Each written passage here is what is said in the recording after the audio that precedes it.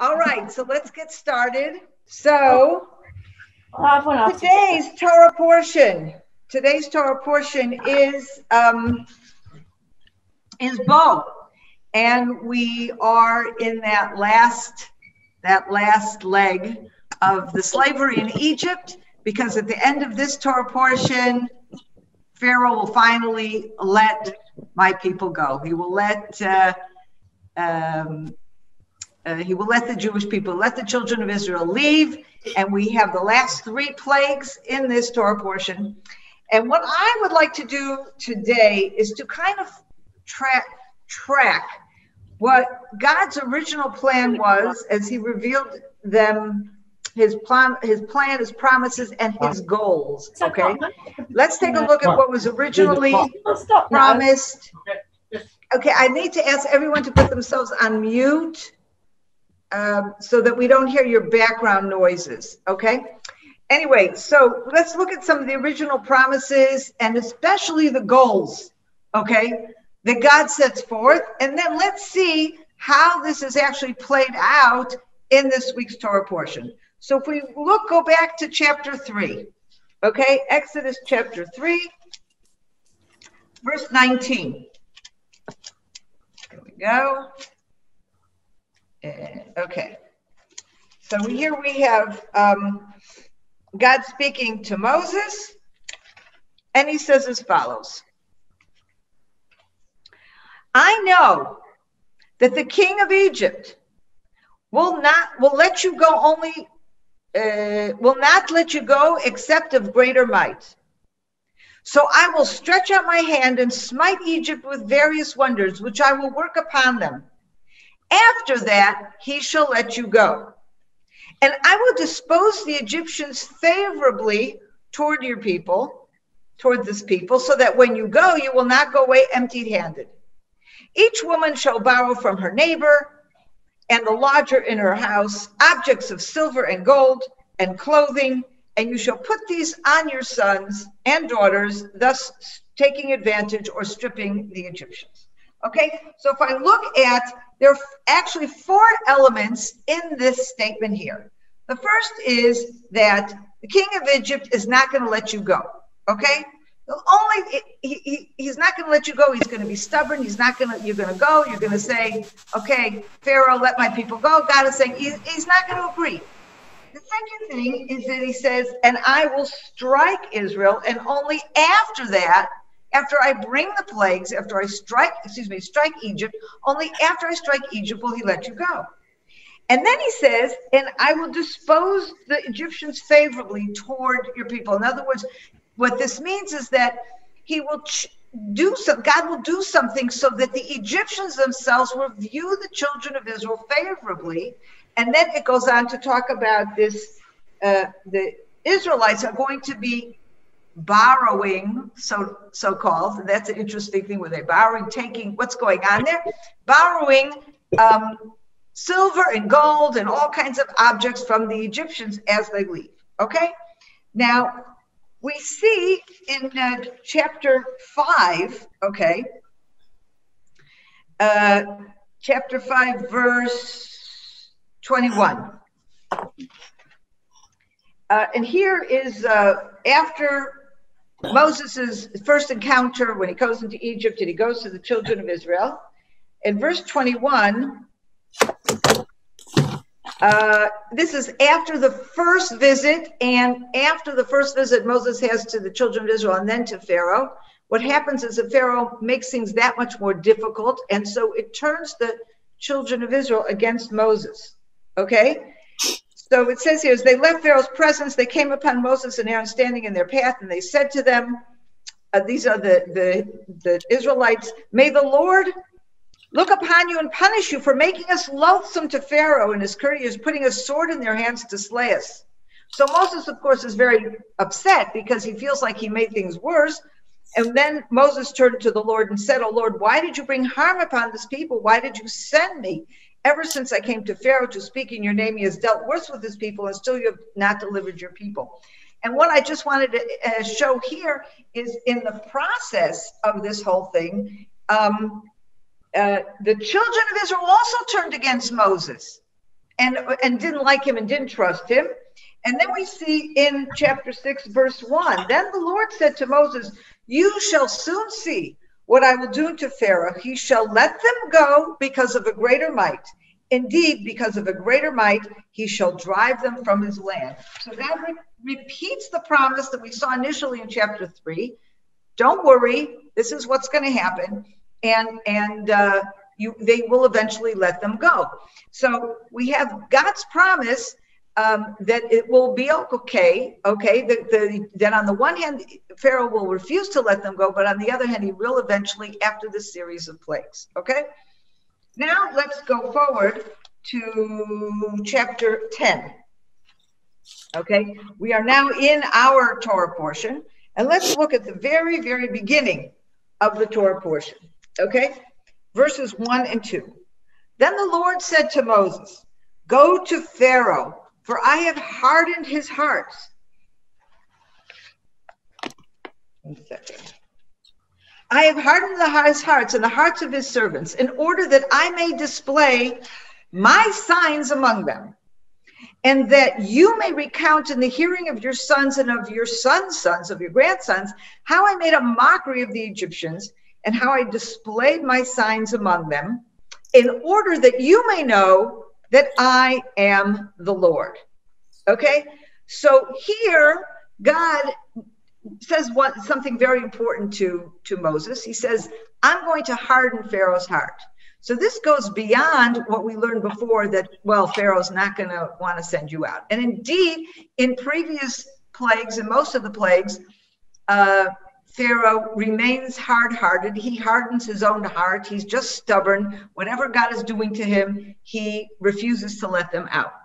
But here God says something else. He says, I'm going to harden his heart. In other words, it may be right now that there's a point in time in which Pharaoh is weakening. He has already been subjected to all of these plagues, and he is vulnerable. And here God steps in and says, no, but I'm going to ensure that we go to the end of the process. I'm going to harden his heart. Okay? And then he says why. He basically gives the ultimate goal of this entire process. He says, number one, so that I will place my signs among them, among him, actually. Okay? In other words, showing my signs to the Egyptians. Okay? And the second is so that you will tell your children and grandchildren what we have done to Egypt, and that you shall know that I am God.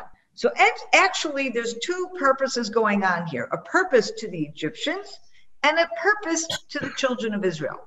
The purpose is the Egyptians, so that the Egyptians themselves will recognize God's might in this world through seeing his power, his might, his signs, his plagues, etc. The second purpose, though, is that Israel should understand God's presence, God's power, and what God is in this world. But here we have an addition with regard to Israel, because it's not just a one-time thing for Israel. They're supposed to see God and say, wow, I'm oppressed. God is powerful. We'll believe in him. Here, there's an additional requirement for the children of Israel that they need to pass this knowledge on to their children and their grandchildren. That the knowledge and understanding that the children of Israel are going to acquire through this Exodus will become a foundation for tradition. Tradition in the sense of passing on a particular message from one generation to the next.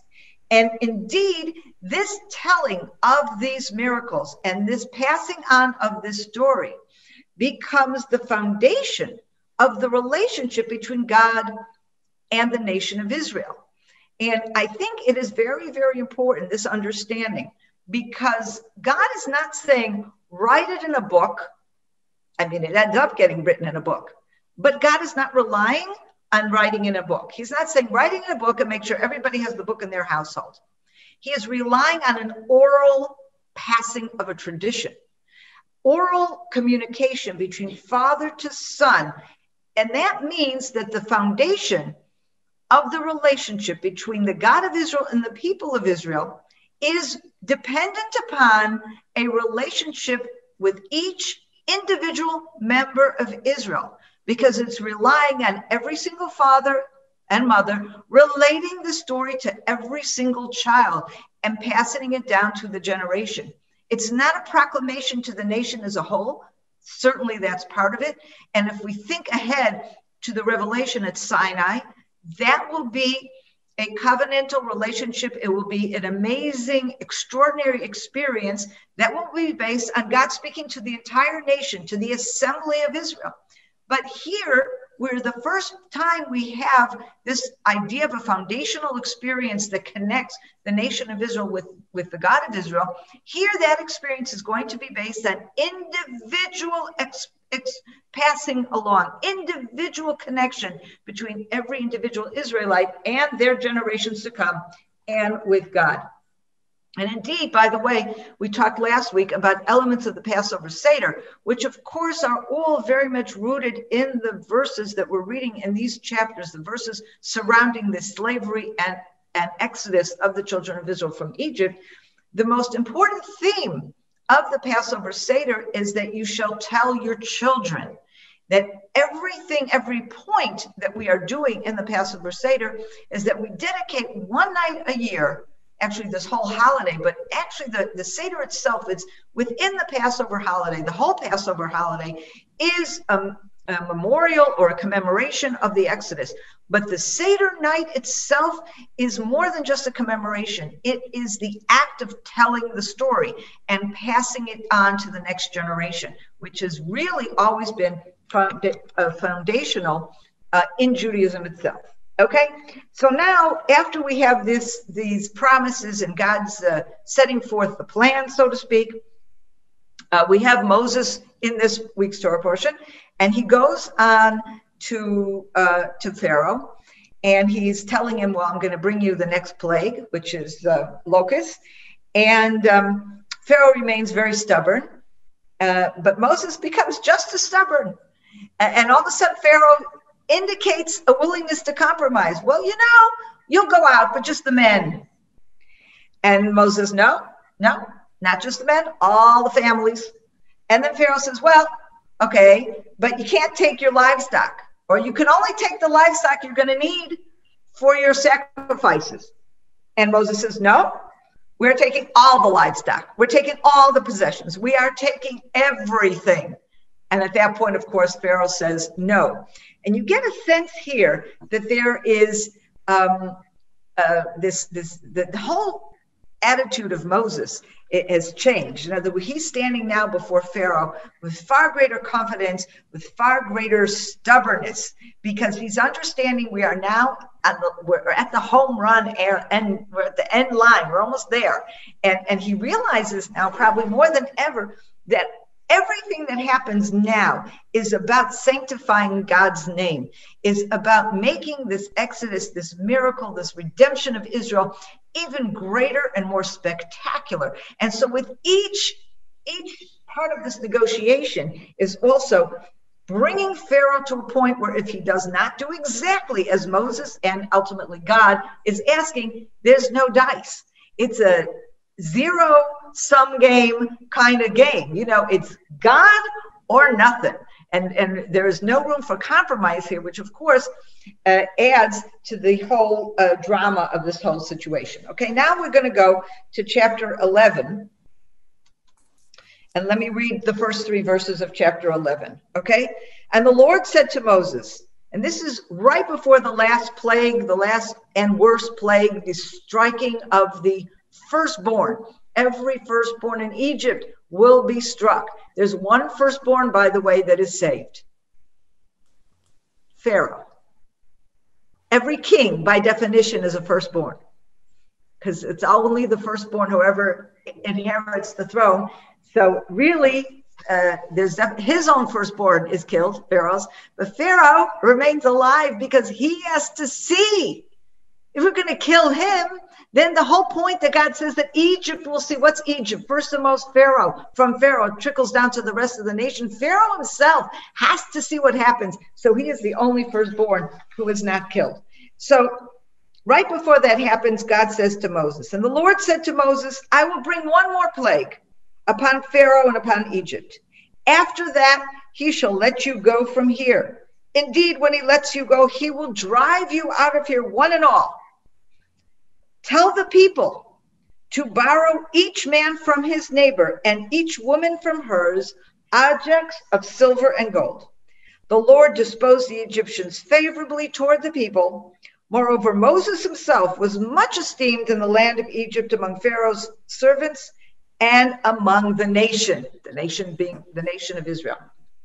And here we can already see in these couple of words that we've already seen a change, the change that, of course, precipitates the final Exodus, a change that is corresponding to the original promises that God had made. God had said, first of all, we saw, by the way, in Egypt's stubbornness, we saw before when God said, King of Egypt won't let you go, and won't let you go after these plagues. Okay, so we saw that stubbornness in Pharaoh actually playing itself out in the negotiation. Okay, but here we see that the nation of Israel today, in this point, is viewed more respectfully in the eyes of the Egyptians. And Moses himself is viewed more respectfully both in the eyes of the Egyptians and in the eyes of Israel. And that is a complete fulfillment of the second two, Numbers 3 and 4, actually, that we read from Exodus 3. The third and fourth elements there. One was that God would see that the Egyptians would find favor with the nation of Israel. So we're seeing scripture tells us this has already happened, and that the people would be taking or borrowing silver and gold from their neighbors. This is actually what is going to be happening now. And this is what we know, that this favor has already happened, and Moses is telling the nation, okay, go and take these things from your neighbors. And by the way, it's interesting. I want to talk a little bit about the words that is used, but let's see, the actual fulfillment of this is in verse, where am I? In chapter 12, verse 31, okay? This is already after Pharaoh says to them, get out of here, go, go, go. He summoned Moses and Aaron in the night and said, up, depart from among my people. You and the Israelites go with you. Take everything, take everything. No, that's not what I wanted to say. That's not what I wanted to read. Oh, yeah. Okay. Go, worship Lord, as you said. Take your flocks, your herds, as you said, be gone. May you bring a blessing upon me also. So we see the fulfillment of what God said initially. He's not going to let you out, but only after the plague. But then we see the following. The Egyptians urged the people on, impatient to have them leave the country, for they said, we shall all be dead. So the people took their dough before it was leavened. We know about that. They were in a hurry. The Israelites, verse 33, the Israelites had done, verse 35, the Israelites had done Moses' bidding and borrowed from the Egyptians objects of silver and gold and clothing. And the Lord had disposed the Egyptians favorably toward the people, and they let them have their request.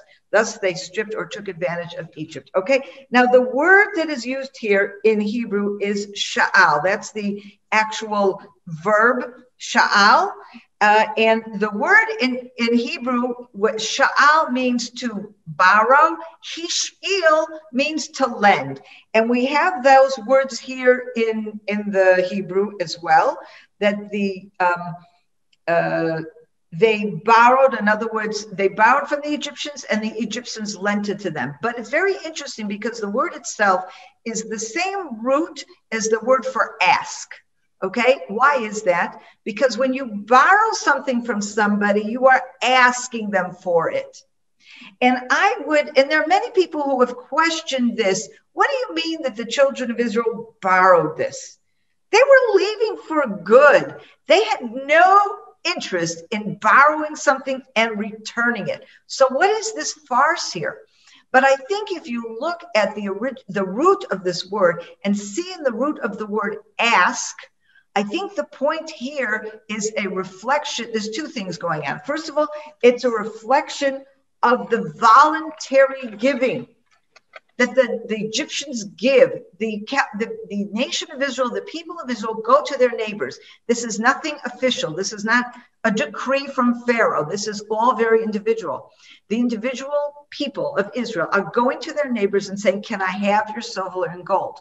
And the Egyptians are giving it to them. They're not walking in and marching into their homes and grabbing the silver and gold. They're asking for it and they're giving it to it. And we see this and the backdrop of this change of perspective, change of opinion, that the Israelites are looking with favor on the nation of Israel. What is going on here? Here we have, and this is something very, very important. We've talked in the past as well, last week in particular. We talked about the process of going from slavery to freedom. We talked about how difficult it is for the slave you can free the slave technically, but they have to go through a process where they are freeing themselves psychologically, where they're freeing themselves emotionally, where they change their whole view of themselves, okay? And I think this is fundamental to that process. They go into their neighbors and they ask for the silver and gold, not as a gift, not to beg it from them. They come and say, give it to me. Can I have it? They come with a confidence that is based in the fact that it is God who's commanded them to do this. So they have confidence that it's going to work. But what happens psychologically to these people? People who've been oppressed by those same neighbors. People who have been enslaved by those same neighbors. You go into those same neighbors and say, okay, my turn. This is mine. This belongs to me. This is what you owe me for centuries of enslavement. I'm coming and I'm asking for it. I'm not going to come in and grab it with a military behind me. No, that's a whole different kind of thing. If you had the nation of Israel uprising and going to war against the Egyptians, it would have a completely different dynamic. It would have been a war. It would have been messy. Even if God would have been on their side and would have helped them win, it would have been messy. God's plan here is anything but messy. It is surgical. It is precise. Every little detail. And one of those details is that individuals are going to be able to go to their Egyptian neighbors and say, give me what is rightfully mine for all those years of servitude. And they are given the silver and gold, knowing full well that they are not going to get it back. And that's why this word at the end of the statement where it says, the English that I have says they stripped the Egyptians, but I think a more accurate translation of this word, the Hebrew word is vayinatzlu. They took advantage of the Egyptians. That's right. Taking advantage, not in a sense of cheating in some kind of underhanded way, openly saying, I am taking what is rightfully mine from you. What an empowering experience that must have been. So if we go back and we summarize the process as God has set it out and as how it is implemented, we see the following. First of all, God from the beginning is saying, my point here is to create recognition in Egypt who is God, to recognize the power and the authority of God. The second goal is to create recognition of God amongst Israel. That you should know, God says to Moses, that I am the Lord, okay? The next thing is an element of no compromise. We see Moses negotiating with Pharaoh. Pharaoh saying, okay, your men can go, not your children. Moses says, our children, our wives, everybody. Then Pharaoh says, well, take some of the livestock. Moses says, no, all the livestock. This is all part of the same empowering experience that is involved also with the children of Israel taking the gold and silver from the neighbors. They're all going out with heads raised. They know they are taking what is theirs. They're doing what they're supposed to do. And they're defeating Egypt psychologically in a way that is so much more effective than if they were to, mount a military campaign, which would be messy and etc. Now, Next thing, and we talked about taking advantage of the property, etc. Now let's take a look at verse 41. On the same chapter, we're in chapter 12, verse 41. At the end of 430 years, to the very day, all, and I love this word, all the armies of the Lord departed from the land of Egypt. The armies of the Lord, the children of Israel are the armies of the Lord as they leave Egypt in the most unmilitary campaign we've ever seen. But what we are seeing here is a campaign that is a campaign of God. When you are in the army of God, the fight is fierce. The lines are set. It is God versus Egypt, and God is going to win. And it's very, very important that God is identifying this as a battle. They are the armies of the Lord, but it is so strategic and is so surgical. It is so precise, where God has set out exactly what his goal is, and he's going to accomplish his goal. In the case of a bloody all-out war, some people would be killed and some people wouldn't be killed, and you wouldn't have that preciseness that you have where God set forth the plan. Not to mention, from the very beginning, God said his first message to Egypt was, to Pharaoh was, my firstborn Israel, if you don't let them go, your firstborn will be killed. And that is exactly what happens. It is just the firstborn. It's not all out war. It's the firstborn of every single person in Egypt, with the exception of Pharaoh, who remains alive to tell it all.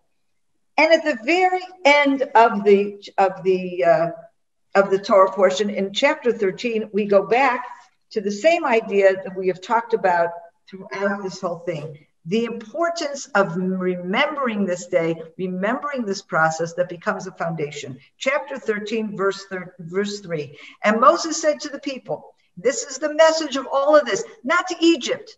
We gave Egypt their message. Now, what is the message to the children of Israel? Remember this day on which you were set free, you went free from Egypt, the house of bondage. How the Lord freed you from it with a mighty hand. No leavened bread shall be eaten. So in other words, remember this. How are we going to remember this? Because we're going to eat. We're going to eat differently for that week in memory. Verse 5, so when the Lord has brought you into the land of the Canaanites, the Hittites, the Amorites, the Hivites, and the Jebusites, which he swore to your fathers to give to you, a land flowing with milk and honey, you shall observe in this month the following practice. Bringing this all together. God is taking out the children of Israel from Egypt to bring them to the land of Israel in fulfillment of the prophet promise to the forefathers. But in order for that to be a success, for the nation of Israel to remain in the land of Israel, loyal and faithful to God, they must remember the experience of Egypt. And that's why it's so important that each parent tells to their children and the story gets passed down, because it is a story that talks about the battle of God against Egypt, and God wins. The slaves that are taken out of Egypt, where God gives them the ability to come out as free people, not just physically taking them out, but taking them out with heads born high. And we know how difficult, we compare this to other slave populations in other parts of the world over history. The process from slavery to free men is such a long process. And the way God engineered it, it was amazing. Yeah, they still had vestiges of that takes them through the desert, but still they go out as free people, which is amazing, okay? But this becomes the foundation of our very being as a nation, that we are worshiping God in the land that he takes us to. And I'll just end with the very last verse of the Torah portion, verse 16. And so it shall be as a sign upon your hand and as a symbol on your forehead, that with a mighty hand the Lord freed us from Egypt. And this is particularly talking about a commandment,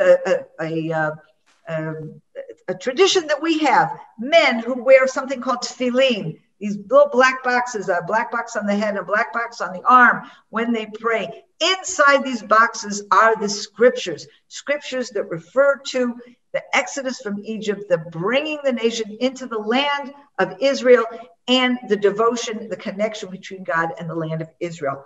By putting this on our hearts and our hands, we are remembering this, and it's something that we need to remember and pass on 2 generations forever. This is a foundational experience. That's it for today. If anyone has any comments, we have an extra minute or 2. I have a question. This is Diane. Yes. Do you believe when they left that maybe some of the Egyptians may have gone with them? Yes, well, we have, the scripture tells us there was a mixed multitude that went out with them, and it is generally assumed that these were Egyptians or all kinds of people from Egypt. Now, they may not have been Egyptians, they may have been of other nations, but there is this idea that there was a group of people that were so amazed by what they saw, what God did for the nation of Israel, and the miracles that they witnessed, that they too wanted to be part of this. Wow, that's awesome. Toda Rabah. Thank you. Thank you. Anyone else with a quick question? Sondra, wasn't there a bunch of Jews that did not leave, Israelites that stayed behind, and why did they? There's no mention of that in scripture. There is, however, a reference in the Midrash. A Midrash is oral Jewish traditions that have been passed down for centuries.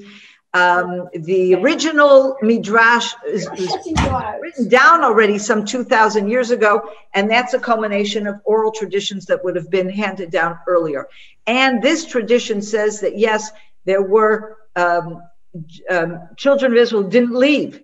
And there are different traditions about that. There were some that they refused to leave. There were some that as many as 80% didn't leave. I think that number may be a little exaggerated. But this is something that I don't know if it reflects what really happened in Egypt. It may be more a reflection of what the sages were experiencing at different times of Judaism. And it's no secret, Jews today spread all over the world. There's always only a relatively small percentage that remain dedicated as Jews, identifying as Jews. Many, many others assimilate away. And those that would have assimilated would not have left because they wouldn't have seen themselves any longer as part of the Jewish people. But it's never about the numbers. It's about the tradition that passes from one generation to the next. Those people who hold on to the tradition are the people who are the people of Israel. Yes. Okay. Anyway, it was wonderful to see you all. Thank you very much. Thank you. Have a great weekend. Shabbat Shalom. I hope you enjoyed that video. And we'd like to be sure you're getting all of our video content. So just click on the subscribe button below as well as on the notification bell. And that way you will have easy access to all our material. We look forward to staying in touch with you. God bless you and have a wonderful day.